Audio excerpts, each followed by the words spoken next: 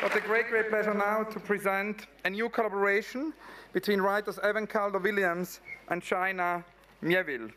We met with China Mieville together with Nicolas Lies and the team a couple of months ago and had conversations about literature, science fiction, and memory. And China told us about this dialogue he has with Evan Calder-Williams. So it's wonderful that this can happen here today on stage. China is the author of 9 novels, including The City and the City in 2009, Embassy Town in 2011, and Railsea in 2012, as well as a collection of short stories, Looking for Jake, in 2005.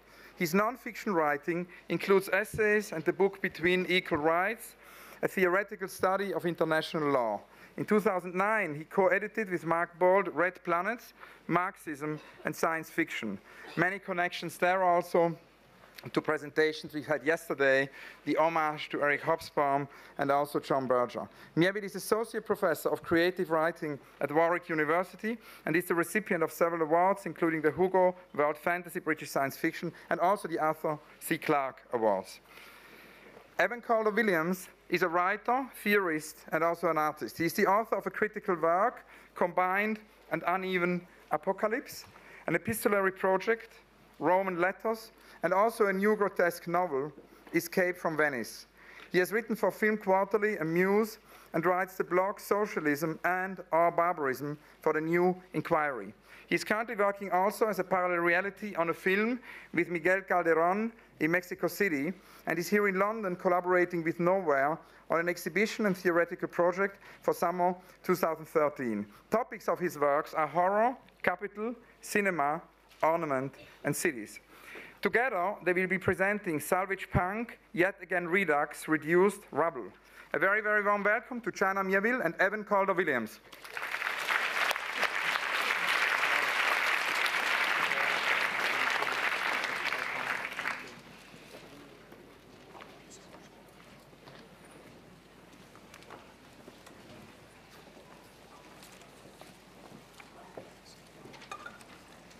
This is dedicated to Chris Marker, in other names of people who were kind of great thinkers of memory who died this year, along with Hobsbawm.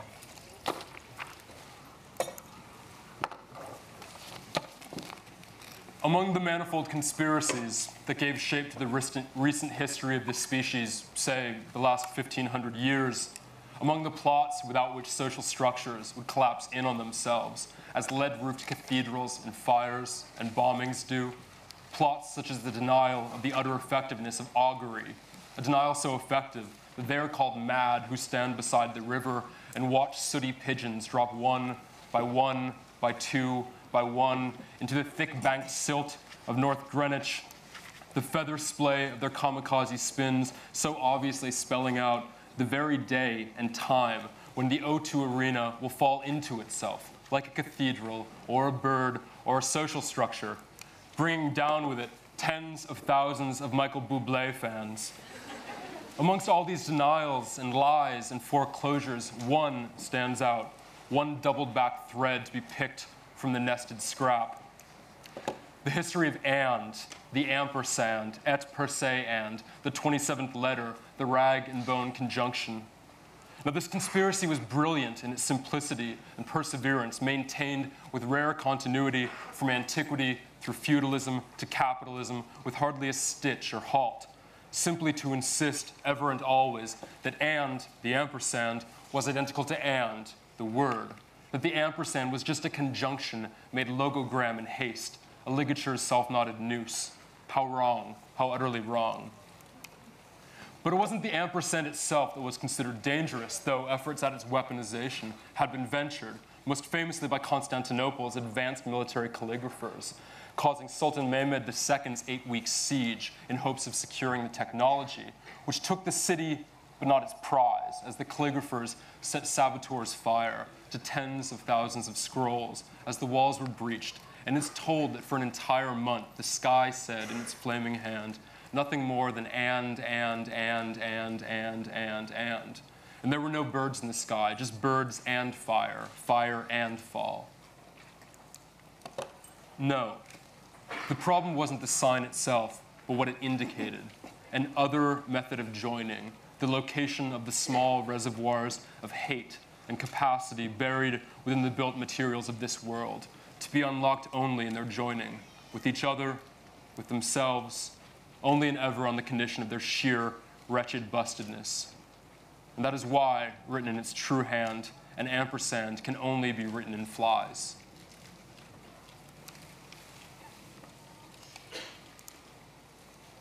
This world is a chaotic dump above which floats, as a spirit above the waters, the sense of meaninglessness. No matter where we are, garbage always follows us. The theory of this world might be a theory of garbage, and as such, a discarded, heretical theory which denies fulfillment, asks not for purification, makes no demands for cleanliness that would ensure survival. Words from Ash Oracles by Jovica Achin.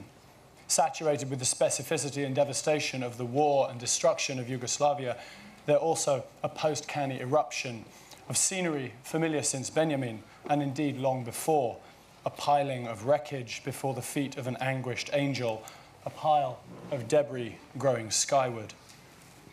It's old news that we live in a universe of rubbish. The fact that we scrabble psychically on an anti-human heap, a junkscape, is a truth and a trauma, and is also the triumph of two ideologies. Conjoined melancholy and excitement.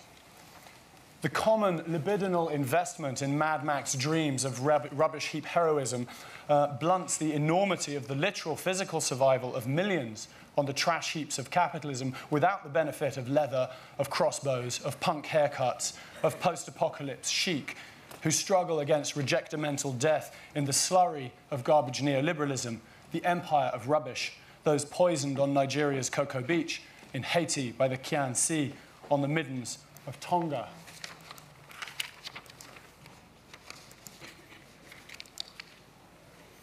The tides of trash in which those of us fortunate enough literally and bodily to struggle, not literally and bodily to struggle, but which rather stink up our heads in tugging dream form, are an evasion. There's 70 times as much industrial waste as consumer trash, that it's chocolate bar wrappers and broken light bulbs we envisage eating the world, rather than the opaque and incomprehensible sludge, the glimmering runoff, the contingent sculptures of refuse pig iron and recusant minerals, is exoneration of capital, makes it our misdemeanor to be defeated with civic responsibility and recycling. But we don't pick our landscape. Salvage punk, the heuristic, the birth, and repeatedly the end of which we have declared before, is not, of course, an answer to anything.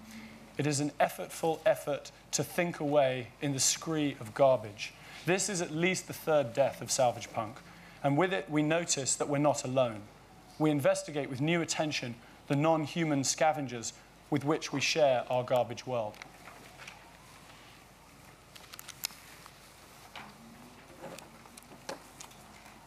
Amongst the various things of importance Aristotle wrote, one was this, quote, "It makes no difference whether it is 5 beds that exchange for a house or for the equivalence of 5 beds. Roughly 2 millennia later, Karl Marx will find this important enough to cite it in the first chapter of the first volume of Das Kapital, where it appears as 2 equations. 5 beds equals 1 house is not to be distinguished from 5 beds equal so much money. An and, not an ampersand, works at the center of this precursor of the value form. Because along with the contagious is wearing away what Aristotle calls the impossibility that such unlike things can be commensurable, there is the and of equivalence, putting not just 5 beds and 1 house together, but also 5 beds and what is not different from 5 beds. And above all, those 2 different forms of equivalence themselves as not to be distinguished.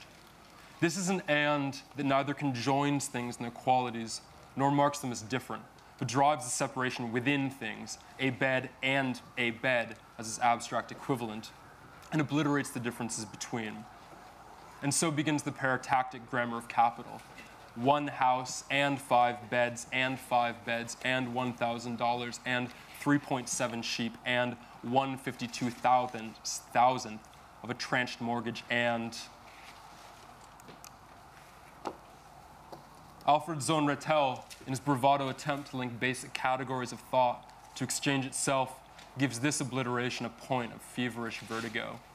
In the slimmest of moments, when in order to be exchanged between two parties, a commodity, let's say a bed, or hours of your life, or a horse, or a painting of a horse, must suddenly belong to no one, not even to itself.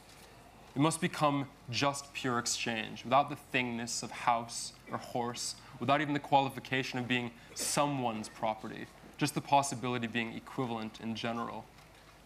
And as for all those clinging determinations, like the particular arrangement of skin worn through on the flank of that horse, or that place on the bed in the house where the sweats of your fever dried into a salt version of you, a leaked ghost to be inherited by those who bought the mattress from us for $50 as we kept our fingers crossed hoping they wouldn't notice the second you who never rose from its sleep, or the daily destruction of the sinews in her wrist because hours is strain and repetition is fact and all this is burnt free, the particular stain voided like ash.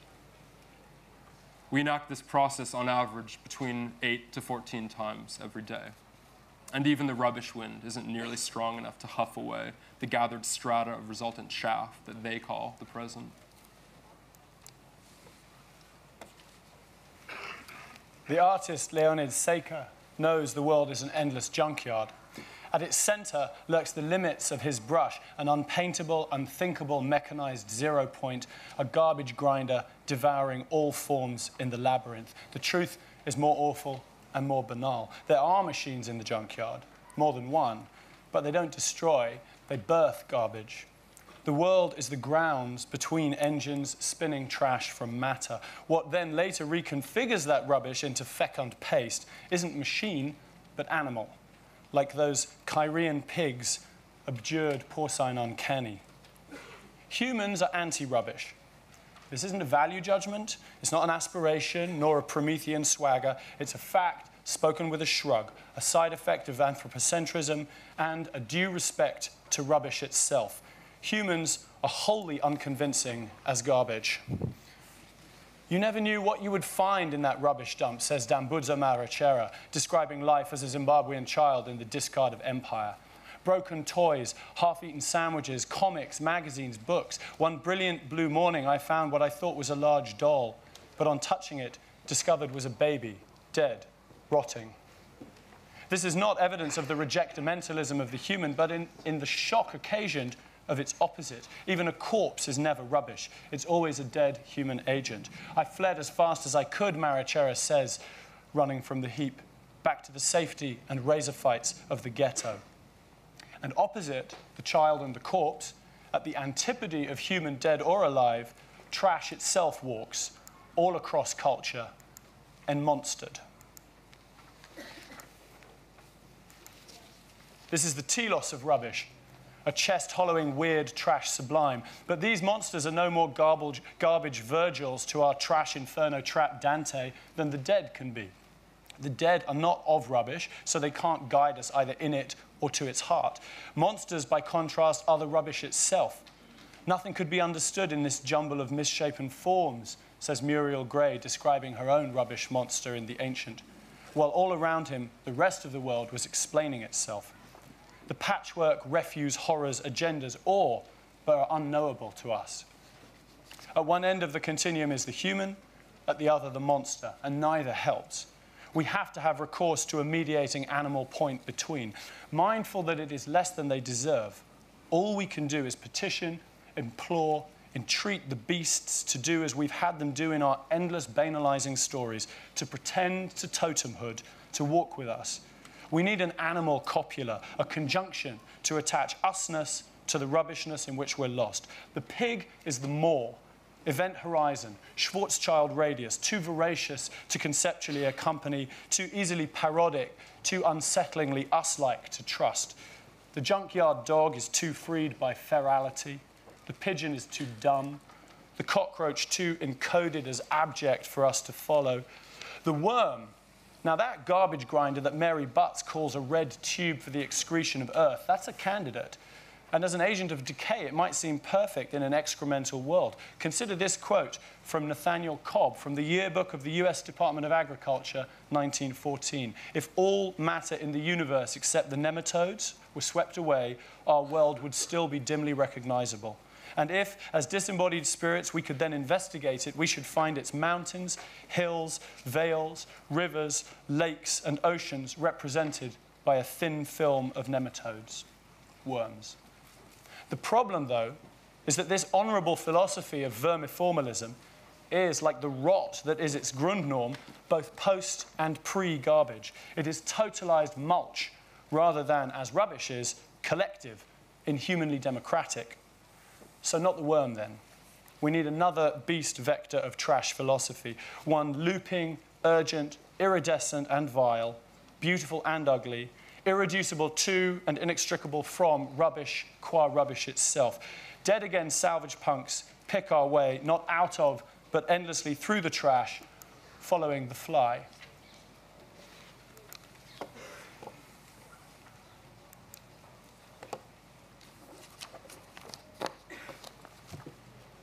But materials persist longer than the span in which they can be made the nothing of exchange. And like a body's salt, the ampersand casts a shadow from within out. Zonratel hints at this, too, about going to the butcher with a dog, whose understanding, quote, includes a keen sense of property, which will make him snap at a stranger's hand daring to come near the meat his master has obtained, and which he will be allowed to carry home in his mouth. But when you have told him, wait, doggy, I haven't paid yet, his understanding's at an end. The pieces of metal or paper which he watches you hand over, which carry your scent, he knows, of course, end quote. Sure, doggy doesn't understand abstract equivalence, even if patience has been bred and beaten into him.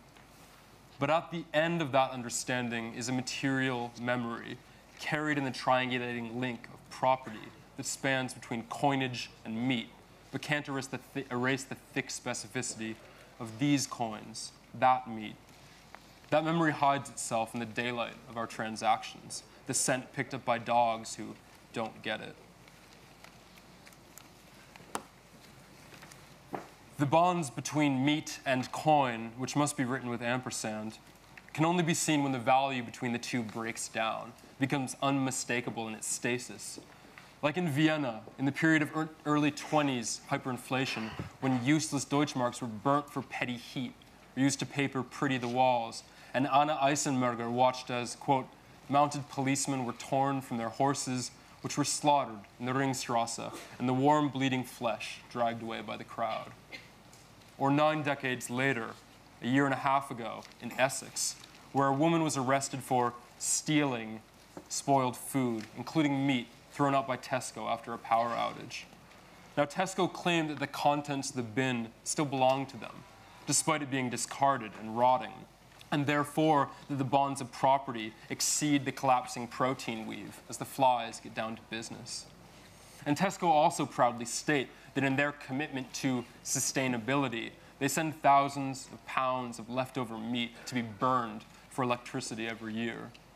And I can't help but think that if they only ever burned the meat from the start, using it to power the refrigeration, to keep fresh the fuel that will not be wasted on human hunger, things would be a lot simpler.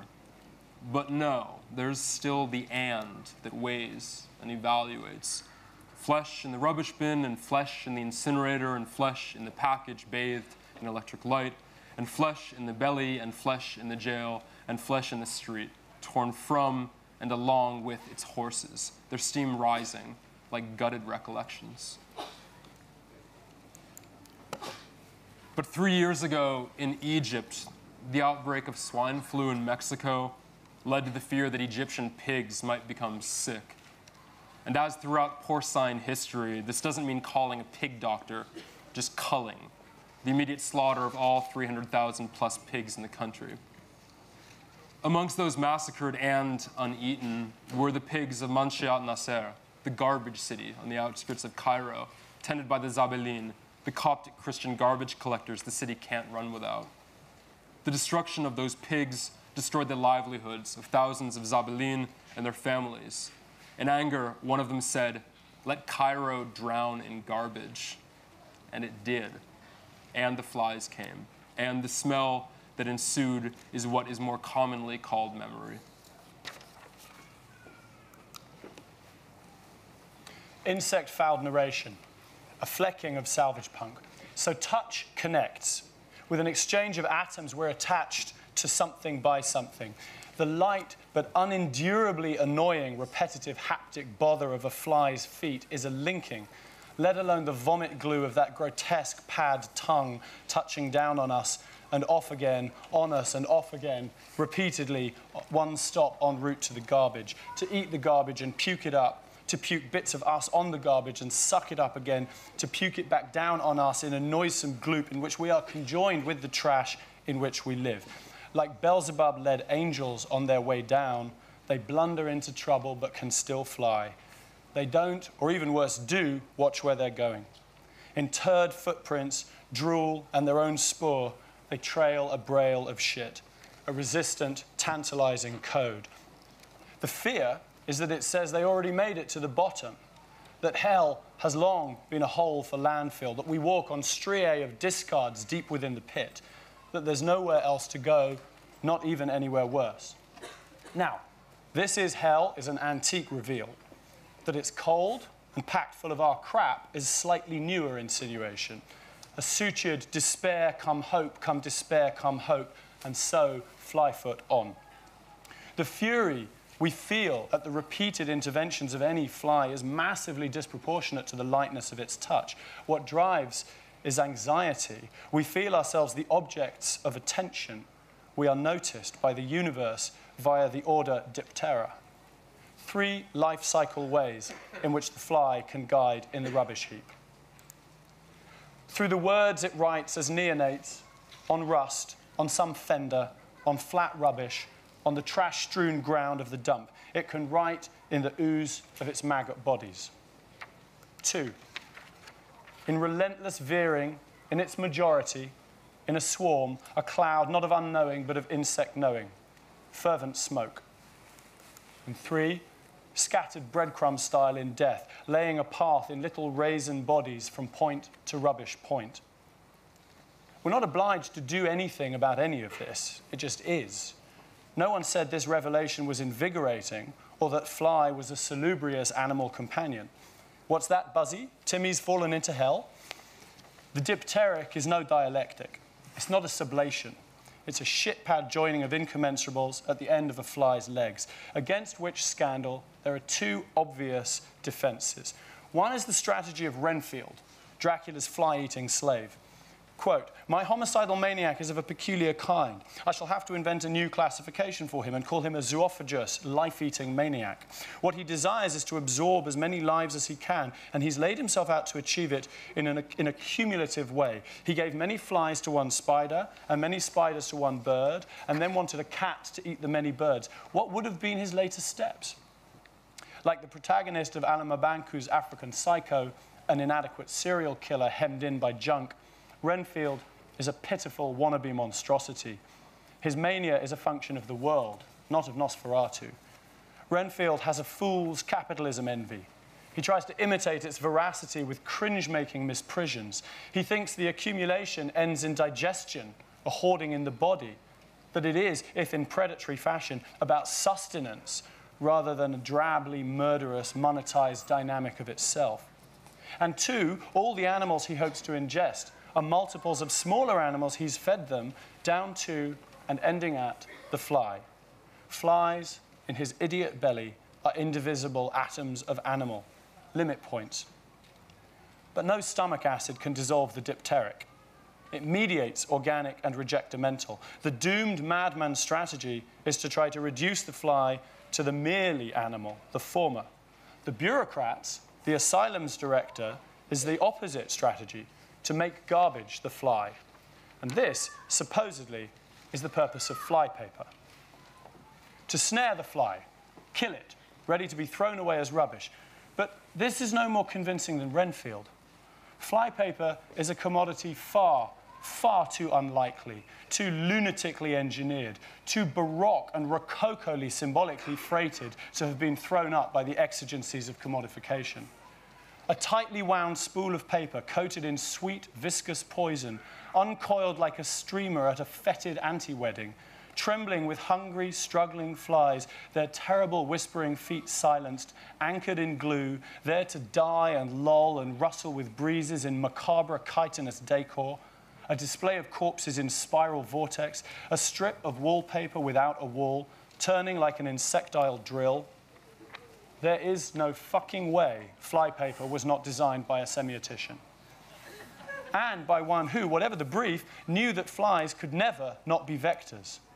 Throw that long, heavy ribbon out, all specked with fly dead. It will land on the trash heap in the shape it is eager to take, overlooping, sticking to itself, coiled over its own length, insect typography, compulsively conjoining, salvaging a punk meaning for itself from its animal garbage self, the fly ampersand.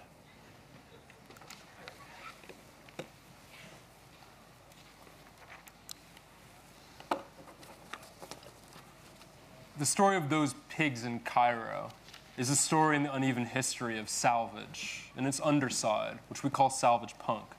We add that suffix because salvage alone, born of and in the panic of value, of weighing the saving of worth before or during or after a catastrophe, is torn between and ampersand. Now, in the 17th century, salvage meant a payment, the remuneration given to sailors for saving another ship from going down, the portion of the cargo that would have sank. This is from the same period when, in the Mediterranean world, it became newly possible to continue shipping in the dangerous waters of winter, but not primarily because of new boats or naval technology. No, because of insurance, which drives the separation within disasters themselves between profit lost and commodities lost, including human labor and lives, such that it becomes profitable to keep shipping in full knowledge that the ships will be saved only and ever on the books, while their hulls gape like grottos under the chop. In the 18th century, salvage meant a saving, rescuing property before it was lost, with the Salvage Corps of firefighters in Glasgow and Dublin, extra-municipal organizations that ensured buildings to be insured were up to snuff, and which, provided you could pay, would snuff out the fires, or, if you could not, root around for the charred remains for something to be dusted off and sold again. In the 20th century, salvage meant the recuperation of what was already lost, combing the fields of wreckage. Fittingly, it's the First World War, that apogee of waste that provided capital with the ground clearing it so desperately needed, that enacted the shift. The British Salvage Corps, who picked through the dead, took the shirts off their backs, made them into gas masks, so that the living did not breathe in their own death, but the death of another gone, not wholly to waste. In the 21st century, the history of salvage's meaning curls back on itself, as if ampersand, and the split becomes absolute. On one side, hands pour acid over motherboards to strip out their last heavy metals. Hands put acetylene fire to the tremendous hulls of decommissioned tankers. On the other, central banks dream that bailing out a sinking financial ship by flooding it with liquidity will garner the biggest salvage payment in human history, the continued pseudo-health of capital.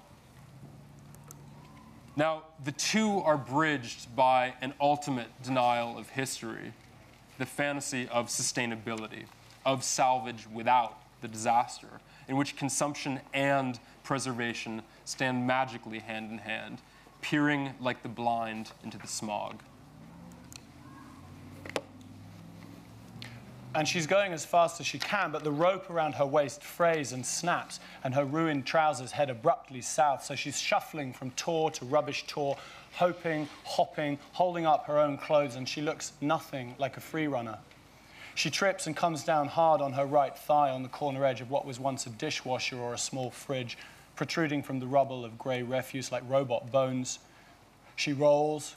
She slides painfully down the hillocks of trash, clamping her hands to her mouth to stop from shouting, hunted as she is by mutants insofar as they can run through their own cancerous pains, or by blank-masked enforcers from some presumed authority somewhere, although she has eavesdropped on several of them sobbing at night into dead radios, and she's smelt their uniforms and seen their patchwork repairs, or by marauders running as fast as they can, not very fast, over the garbage dunes, holding reclaimed steering wheels in front of them and going vroom, vroom as they come.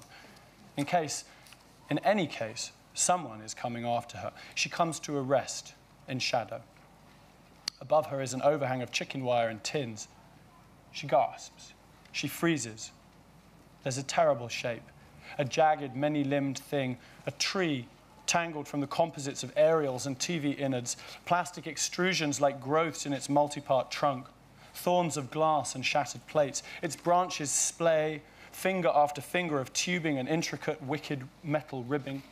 Dangling from them like dirty, dank foliage, like the skins of victims, are dishcloths and umbrellas, countless ripped canopies, nylon in dinged colors. She cannot believe it. This is the place she's been looking for, of which everyone in the dump whispers.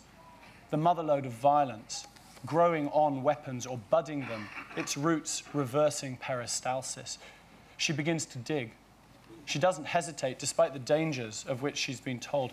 She excavates with a flange of wood, with a broken saucepan, with her hands.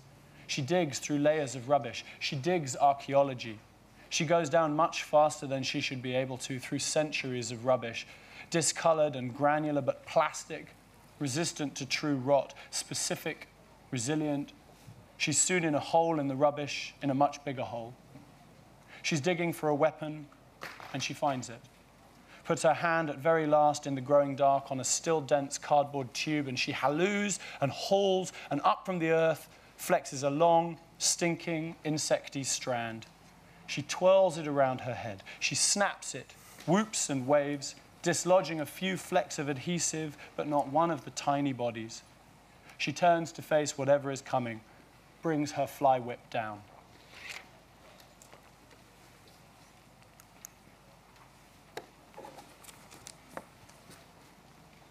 Salvage Punk's been around for a while, even if it didn't get its name until about 3 years ago. It's the other side of salvage, the Ampersand side, when the properties of things become a sabotage of their purpose, unbound from their identity as if by flies, bound together with other broken things, as if by flies. Et per se and, which just means and in itself and. The in itself of something becomes hooked, the conjunctive barbs on each side. Kurt Schwitters thinks it precisely with the word mers, which is commerce, commerce, from which the with has been severed. Deep within enemy territory, commerce is ruined, and, as he says, one learns to scream with household refuse. The operation of Salvage Punk starts when the being wasted of materials is the occasion for them to become war on what has brought them to be, in favor of those who use them against those who owned them. The height of it is the Barricade, the use of the city against the city in the name of the city, the use of the materials of the city against the designated function and flow of the city in the name of what the city has already been, far beyond that function. The ampersand, therefore, does not mean and. That has been the tremendous lie across these centuries. It means and or, the conjunction that joins what should be mutually exclusive, the incommensurate, not flattened into value, but undone into jagged proximity. We tore the locks from the building and wound through them the copper wire, borrowed like veins from the walls. And to these we added the doors, for which there was no longer much need. And to this we added what remained of the building. And then we got to work. I could speak this all again in rust and hot wiring, in bicycles made of bombs, or vice versa. I could speak of the bed-sitting room, or Heusun, or Schultz, or Rubble, or Mad Max, or Berg. But I won't, because 2 years ago I wrote to you. I was in a terrible cafe in a terrible town in California, and I wrote to you to say, listen, there are two separate things.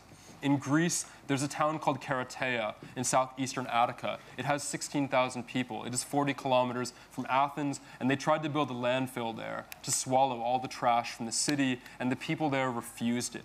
And on the road that skips the town but links the capital to the dump next to the town, the people of Keratea burned the construction vehicles and set up roadblocks and dug a grave, deep trench like it was a war, because it was, and at night they shone lasers into the eyes of the cops and firebombed the houses of the cops because it was war. And one man said, at age 60, I finally learned how to make Molotovs. And on the walls there were children's drawings of riots. It was of this I wrote to you. These drawings we cannot find online. But beside me in the cafe was the other thing. There were two terrible people who were chatting, and I noticed the color of nail polish, and this neon glare was the color that must have been one of the colors in those drawings, a stray crayon or laser or shard flung west.